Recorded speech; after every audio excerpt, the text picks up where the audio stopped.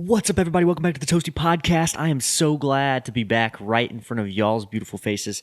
I have not been able to do video for quite some time. I've been doing audio only for our Kickstarter back into 2022. Look, guys, the truth is I just needed a break. I needed a break from all of the atmosphere that I was surrounding myself with. I need to get out of the echo chamber, as they may call it. That you surround yourself with. You know, a lot of times you need balance in your life, and in order to get that, you have to engage culture. I don't want to end up like another Ben Shapiro, so that is why I had to take a step back. And I'm going to admit that right now, that I made some mistakes. I said some wrong things. Maybe I shouldn't have. It actually has nothing to do with anyone complaining about anything I've said. To be honest, it just has to do with me being introspective. With all of that said, though, we need to get freaking toasty here. That's the whole point, right? So today we're going to talk about Ukraine, a few updates on that, and I'm also going to bring up something that I'm surprised about, but also not so surprised about, I guess. I mean, it's something that is not really on the headlines. Like, no one's really seeing this stuff happen, but it is happening. There's a reason the truckers are actually having a convoy in America, which I didn't realize at all. Stay tuned for that, guys. This is going to be awesome. This is going to be a good episode, and it's a quick little segment that I like to do by myself. Matt will be back on Thursday. In the meantime, let's get freaking toasty.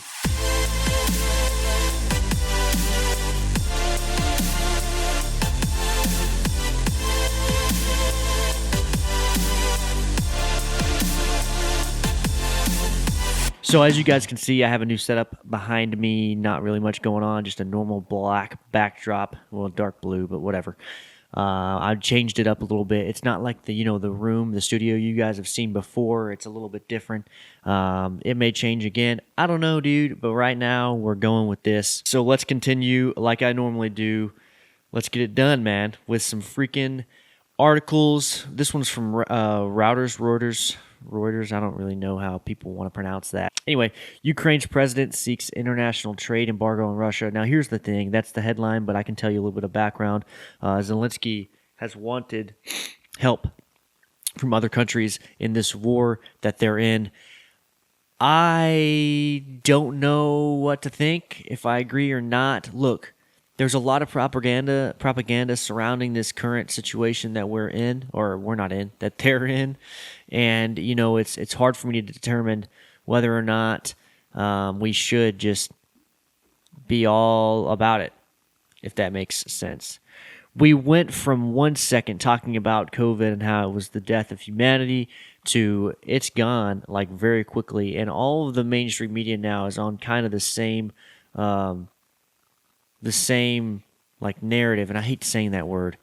They're on the same, what else would you use? Story, whatever. Everyone says freaking narrative. It's annoying, honestly. They're on the same story. They're all saying the same thing, like, hey, you know what? We need to help Ukraine, Russia. Just all of a sudden, this is what they say. All of a sudden, a month has gone by and they're invading Ukraine. Well, here's the deal. Like, there's a lot of relationships that we don't know about, foreign relationships between Ukraine and Russia, actually that we do know about, honestly. And Russia has said time and time again, and I say Russia has said, meaning Putin has said time and time again that, he doesn't want to see this happen. He doesn't want to see Ukraine join NATO. That's what he doesn't want to happen. He said that numerous times. He said that was his red line because apparently Ukraine's so important, even though there are a few other countries that border him that are with NATO. I guess Ukraine's the most important one. With all that said, he doesn't want them to join, and if they do join or they talk about it, we're done, right? Well, the talks happened. The talks were happening. Like in 2008 with Georgia, Russia is exactly the same now. So it's not anything that we didn't see coming, in my opinion. So when the media portrays it as something that's just like just brand new, it annoys me. And it actually should raise red flags to you guys whenever you see the media talk about the exact same story. When Fox News and CNN talk about the same story on the same night on primetime, there's something bigger going on. And you know what? I've never been a guy that's like Fox News all the way, ever. I'm not about any of them. That's not what I'm here for. That's not the point of me doing this freaking podcast.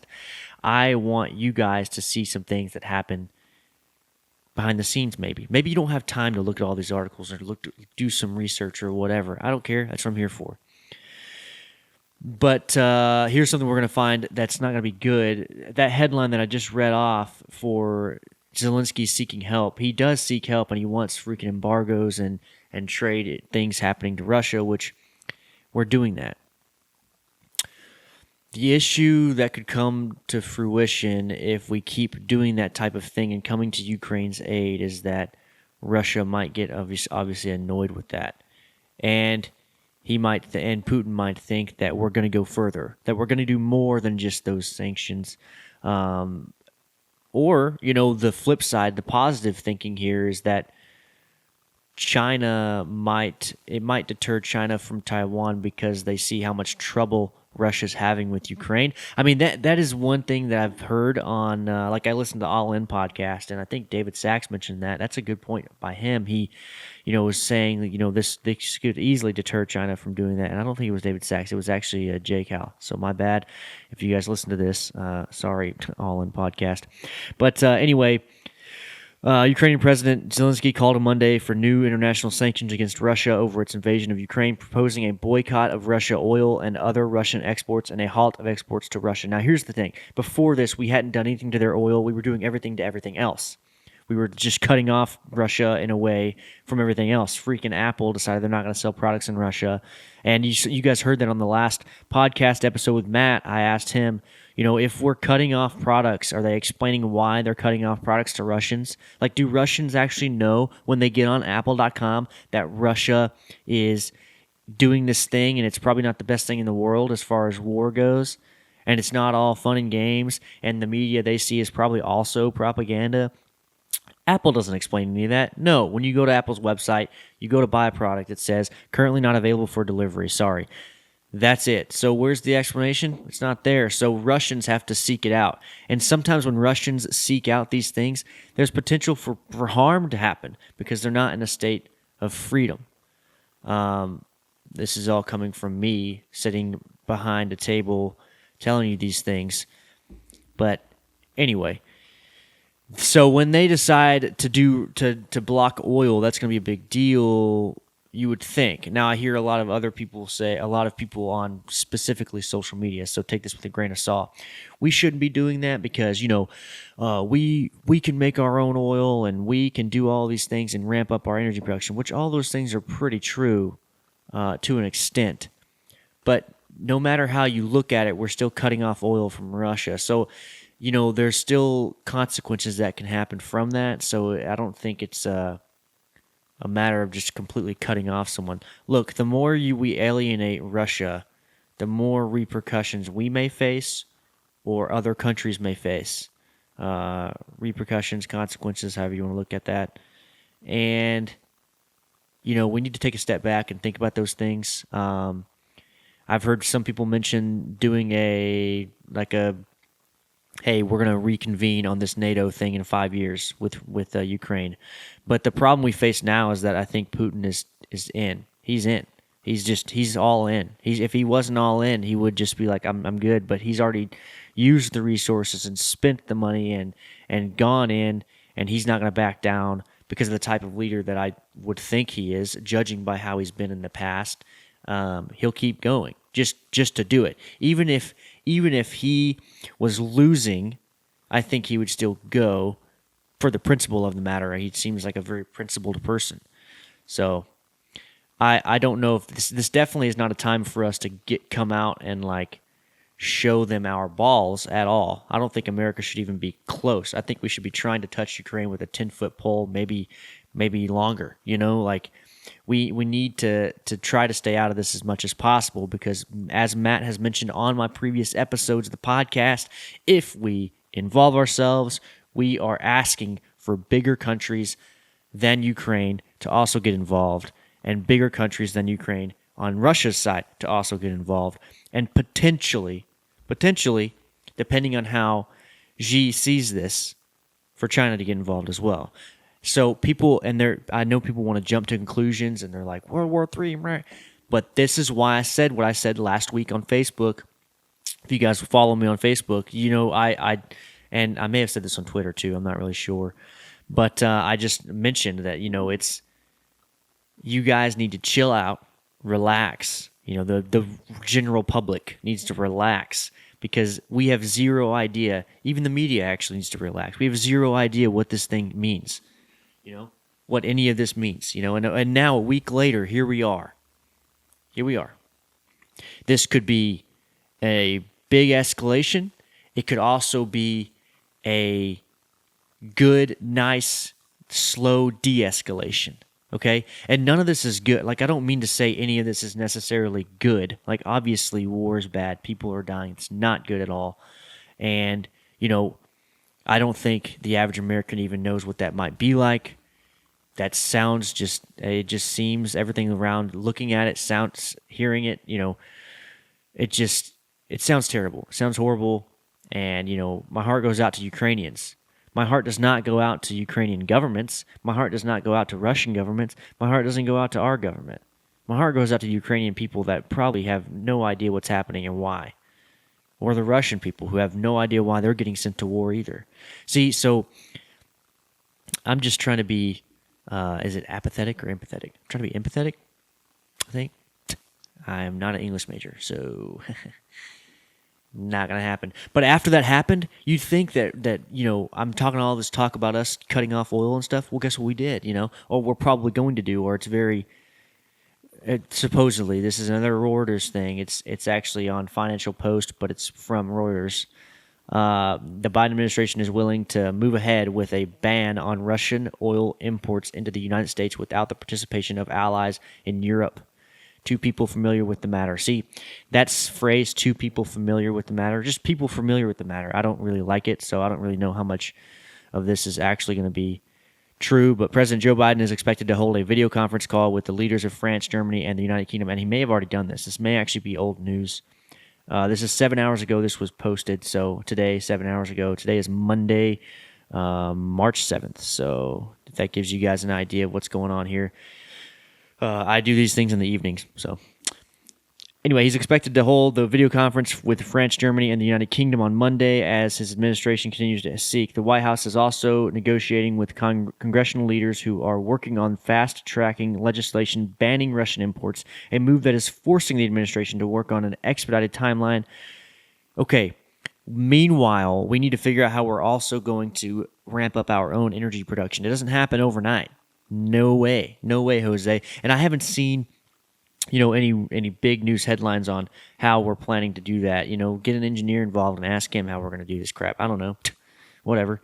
Oil prices have soared to their highest levels since 2008 due to delays in the potential return of Iranian crude to global markets, and as the United States and European allies consider banning Russian imports. You guys want to talk about gas prices and how high they are right now, and it's been going up because of inflation and job reports and employment and whatever, a lot of stuff. Economy. It's been going up because of economy. That's all. I'm just going to make it very simple. Imagine what happens when we do this and cut our oil off from Russia and then also don't have a plan in place or a fast-track way to ramp up energy production for ourselves. Oil will just get higher because supply and demand. That's one thing I need you guys to keep in mind for the future, for the very near-term future. But what I got to bring this up again. Look, I've been saying, take a step back, look at everything, look at all the facts, and I'm going to say it again. Stop just rallying America. If media is watching this, would be great, but they're probably not. If mainstream media. Stop rallying average Americans to get behind this Ukraine-Russian war. This whole pick a side thing just annoys the crap out of me. If we were in a similar position and let's say Canada was going to do something crazy, or Mexico or whatever, and let's say they're not in NATO and they're going to join NATO, and we didn't want them to join NATO because they're a neighboring country that has a lot of potential as far as militarily. And so we tell NATO, hey, this is America, mind you. In this example, I'm literally just flipping the table for you guys so you guys can see what's going on. America says, That's our red line. That's what we don't want to happen. If you step over this line, we're done skis, and we're going to do something about it. It's literally the same move that I think Trump would have played in a similar stance, right? Biden probably wouldn't play that move, which is fine. It's just differences in foreign policy, and it can definitely lead to completely different outcomes for sure. I do get on the train that because Trump was in office, we probably didn't have all these issues happening with Russia and Ukraine. Because, mind you, Russia and Ukraine was still a topic. It was still a thing then. It wasn't like it just suddenly appeared out of nowhere. Again, I'll reiterate that. Russia and Ukraine has been a thing for a long time. 20 years? I don't know. It's insane how long this has been going on, but they've stated time and time again that if you decide to do this and they join NATO, that's a big threat to Russia. So Putin, of course, would be like, nah, fam, I don't want that, So what is he going to do? You can't just let someone stomp all over you, so you have to do something strategic, some type of action. And I'm not condoning Putin in any way, but when you look at all the cards, it makes sense. So this is sudden for you? This is all of a sudden, right? And maybe the administration knew all this stuff was going to happen. I'm talking about media, really. I'm talking about media, and I'm talking about people, and I'm talking about the just big outcry of World War III that I'm hearing that I'm just so annoyed with right now. All right, meanwhile, guys, I want to move on to the trucker convoy that's happening in America now, near D.C., surrounding D.C., like a loop around D.C., I guess they're making. They've called for the National Guard. They've approved the National Guard. Defense Secretary Lloyd Austin approved requests from the U.S. Capitol Police and the D.C. Homeland Security and Emergency Management Agency to extend previously approved National Guard support in the district, including around the U.S. Capitol area. Those were quotes, according to a statement from Press Secretary John Kirby. That's fine. At first when I read this and I've seen this and I saw, I'm in DFW, so even on 35W, which is a freeway going north and south here on the west side of DFW. Anyway, I saw on bridges, welcoming the Freedom Convoy or whatever, and I didn't really think anything of it because obviously we're in DFW. Texas doesn't really have any problems with this stuff because, well, we've been quote-unquote free from COVID restrictions for a while now, a long time, And I was thinking, like, what cities and what counties are still under this, are still dealing with this stuff?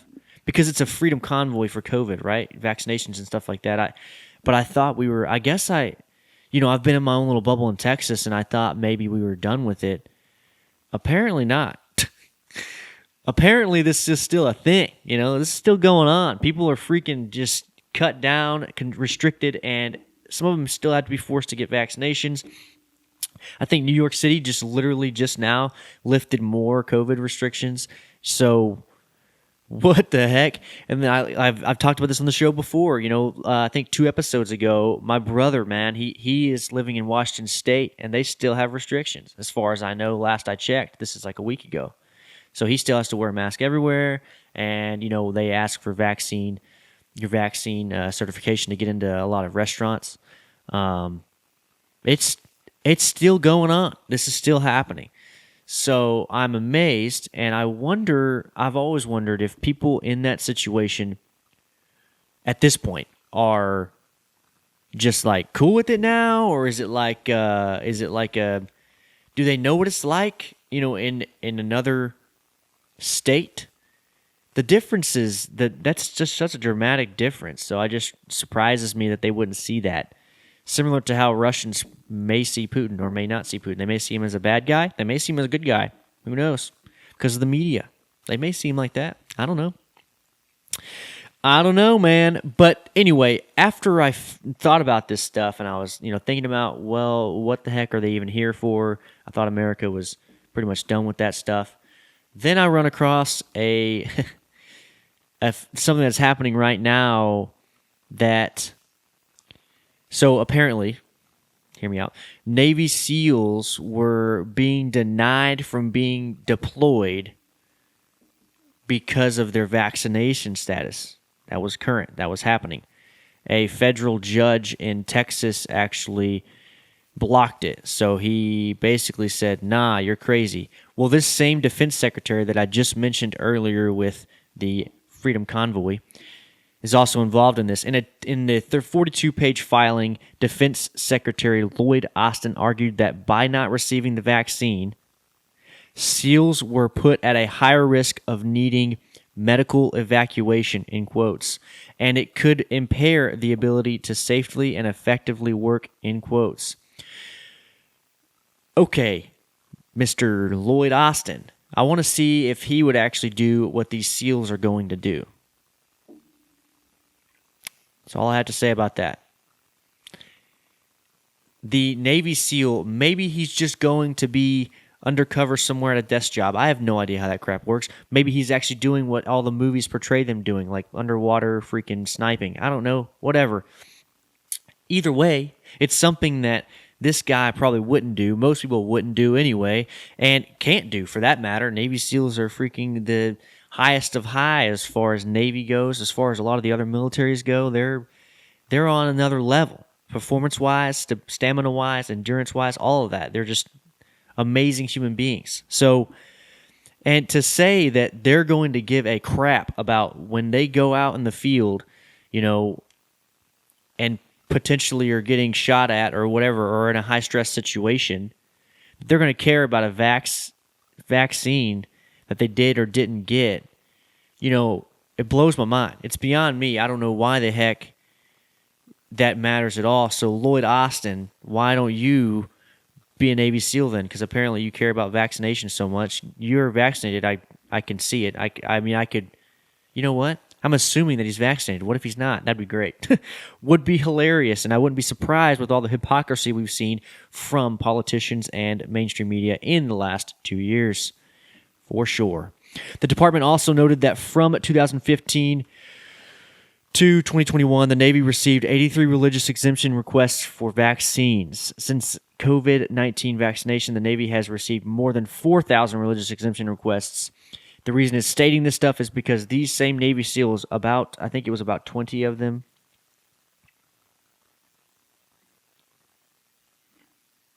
sorry guys, I'm looking it up real quick just to make sure that I know what I'm talking about. Fact checking myself as we go because I'm alone in this podcast. One-man band, know what I'm saying?